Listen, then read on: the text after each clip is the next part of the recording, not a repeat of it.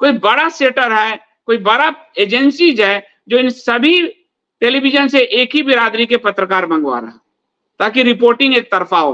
हिंदू जो है आतंकवादी दिखे और मलेच्छ विक्टिम दिखे, जैसे गोधरा में हुआ। और दूसरा पक्ष है कि जब पत्रकार से नेता बने, भाजपा के ही नेता इसको जारी कर रहे हैं, इसका मतलब ये लिस्ट पहले से सरकार के पास थी और सरकार इन चीजों का इंतजार कर रही थी, क्योंकि लाठी भी हिंदुओं पे चला है, मारा भी हिंदुओं को गया है, मलेच्छों ने भी हिंदुओं को मारा और लाठी भी पुलिस का हिंदुओं पे चला है। अगर आप ये देख लें, लाठी वाला फिर से दिखाओ। और इसके बाद ये 10 चुनाव सीट को लेकर सपा और भाजपा दोनों अपने अपने गोलबंदी में चले गए। कांग्रेस सपा मुस्लिम वोट को सहलाने चली गई और भाजपा हिंदुओं को उग्र करने चली गई। यानी कहीं ना कहीं पॉलिटिकली गेम फिक्सिंग भी इसमें तीसरा पक्ष नजर आ रही है। तो बहराइच में जो रामगोपाल मिश्र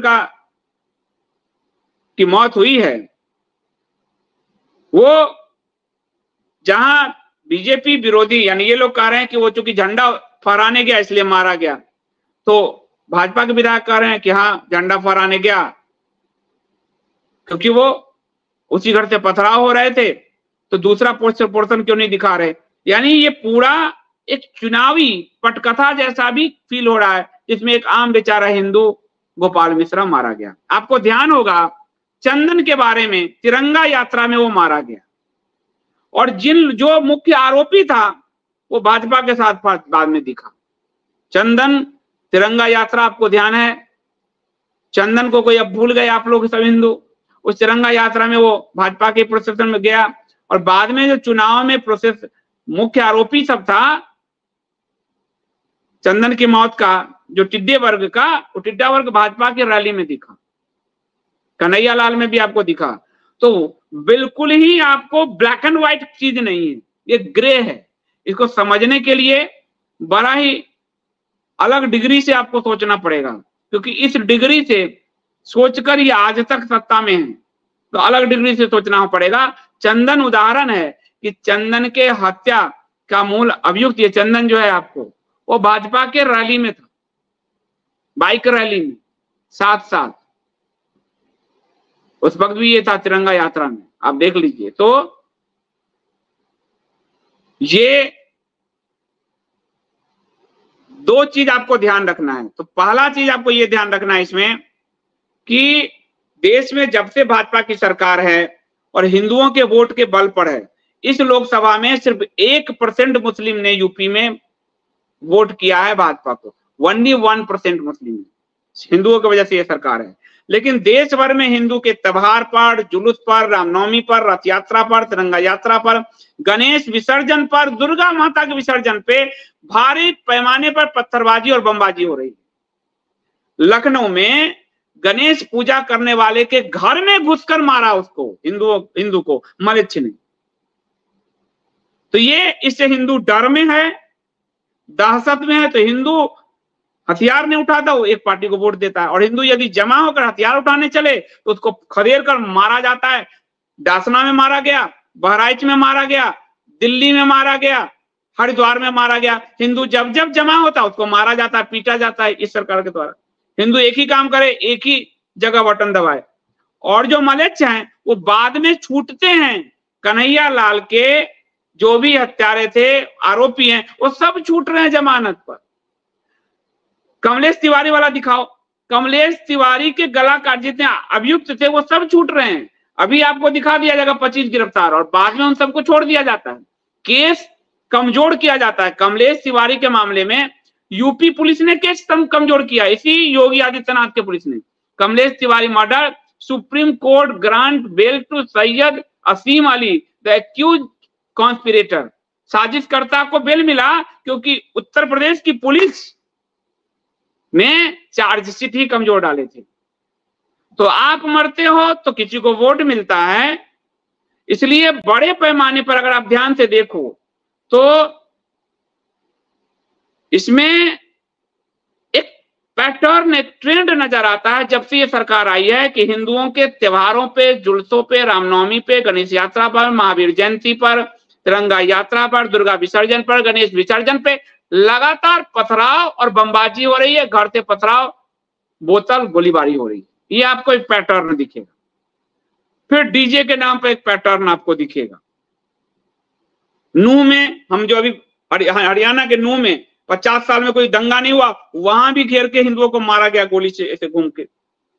आपको दिल्ली के जहांगीरपुरी में, गुजरात के अहमदाबाद में, सब जगह, कोलकाता में तो चलिए ममता की सरकार है, लेकिन बाकी जगह तो ऐसा लग रहा है कि ये एक टारगेटेड हिंसा है जो हिंदुओं को दहशत में रखती है, और इस दहशत में रखने का दोनों को फायदा होता है, मलेच्छ को भी होता है और किसी एक विशेष पार्टी को भी होता है।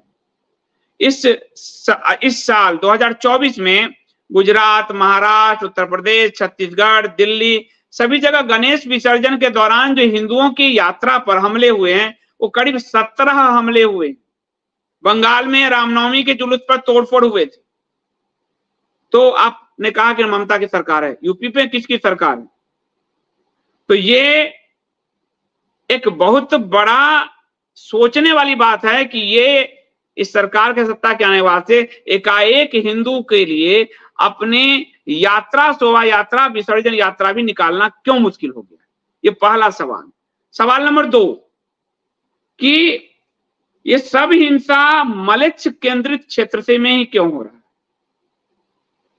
ये अगर पुलिस प्रशासन कहेंगे मुस्लिम क्षेत्र से हो रहा है, ये क्यों हो रहा है? और जब आपकी सरकार है डबल इज्जत, तो इन क्षेत्रों में आप गश्त क्यों नहीं बढ़ाते?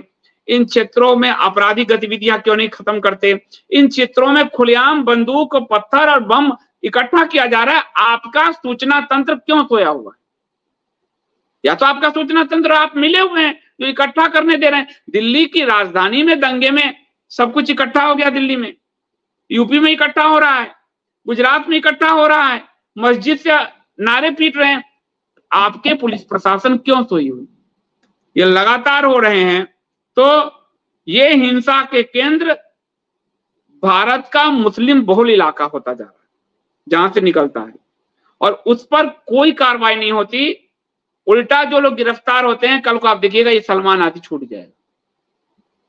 दिल्ली दंगे में जितने भी मलेच्छ बिरादरी से शामिल थे, सबको जमानत, लगभग जमानत मिलती जा रही है सबको। कुछ बचे हुए हैं, अधिकांश को मिल रही है। आपने कन्हैयालाल में देखा, सबको जमानत मिलती जा रही है। आपने कमलेश तिवारी में देखा, जमानत मिलती जा रही है। तो तत्काल हिंदुओं को शांत करने के लिए ये गिरफ्तारी तो कर लेते हैं, पर केस इतना कमजोर बनाते हैं कि उनकी फिर रिहाई हो जाती है। और जिस हिंदू के घर का, आप देखिए ये दिल्ली के दंगे का, जिस हिंदू के घर का कोई चंदन, कोई मिश्र, गोपाल मिश्र ये मारा गया है, वो जिंदगी भर का दर्द लेकर रह जाता है। और ये उसी चंदन के हत्यारों के साथ बाइक रैली निकालते हैं और उसी कन्हैयालाल के हत्यारों को अपनी पार्टी में एंट्री भी देते हैं, और बाद में फिर आप देख ही रहे हो। तो ये बड़े पैमाने पर एक पैटर्न है। अब इस पैटर्न को समझने के लिए हम कुछ चीज देखते हैं कि क्या तुष्टीकरण किया जा रहा है जिसके कारण इनको प्रश्रय मिलता है। तो हम चूंकि उत्तर प्रदेश की घटना पे बात कर रहे हैं, तो हम उत्तर प्रदेश में कुछ जो फैसले हैं वो हम देखेंगे। अब उस फैसले को मैं कहूंगा अमरदीप को, जहां से स्क्रीनशॉट लिया है ऊपर, यहां से वो जो डंडा मारने वाला है उसके नीचे से हिंदू खतरे में है। अब यहां से हम लेते हैं कि एक पैटर्न देखते हैं कि उत्तर प्रदेश में चूंकि बड़ी मुस्लिम जनसंख्या है, तो मोदी जी तो पसमानदा तृप्तिकरण का नारा दे चुके, क्या योगी भी ये कर रहे हैं? उत्तर प्रदेश में भी तुष्टीकरण चल रहा है, जिसके कारण ये एकाएक मलेच्छ बिरादरी इतनी आक्रामक हो गई है कि हिंदू के शोभा यात्रा तक नहीं निकाली जा रही। तो यहां से मैं इसको बोल रहा हूं, यहां से इसको आपको अब दिखाना शुरू करेगा और मैं आपको पढ़ के बताऊंगा कि आप देखते जाइए कि कैसे काम हुआ है। 5 लाख मुस्लिमों को जोड़ेगी भाजपा, बीजेपी टीम बनी। बीजेपी यूपी में, मैंने यूपी की खबर दे रहा हूं, यूपी में अब 5 लाख मुस्लिमों को पार्टी से जोड़ने की तैयारी है। तो आपको पहला मिल गया कि यूपी में मुस्लिम केंद्रित पॉलिटिक्स भाजपा कर रही है, जिसके कारण उनका सर बढ़ा हुआ है कि हम कुछ भी करेंगे, भाजपा हमें फुसलाएगी, सहलाएगी और भाजपा हमको सब देगी, तो हम यानी उनका दिमाग सातवें आसमान पे जाने में एक बड़ा कारण। अगला दिखाओ, बजट 2019, ज्यादा मुस्लिम आईएएस आईपीएस चाहती है मोदी सरकार, 2.5 गुना बढ़ाया फंड। अब ये जो आपको पुलिस दिखा अंकित जो डासना में, और आपको जो यहां दिखा पुलिस जो हिंदुओं पे लाठीचार्ज करते, ये जब ब्यूरोक्रेसी में मुस्लिम बिरादरी अगर भर रही है तो आप समझ लीजिए ब्यूरोक्रेसी और पुलिस में तो क्या स्थिति होगी। और मोदी सरकार ने 2019-20 में ऑर्डर जारी किया सभी राज्य सरकारों को कि आप पुलिस थाने में, मुस्लिम इलाके के पुलिस थाने में मुस्लिम पुलिसकर्मियों की भर्ती करें।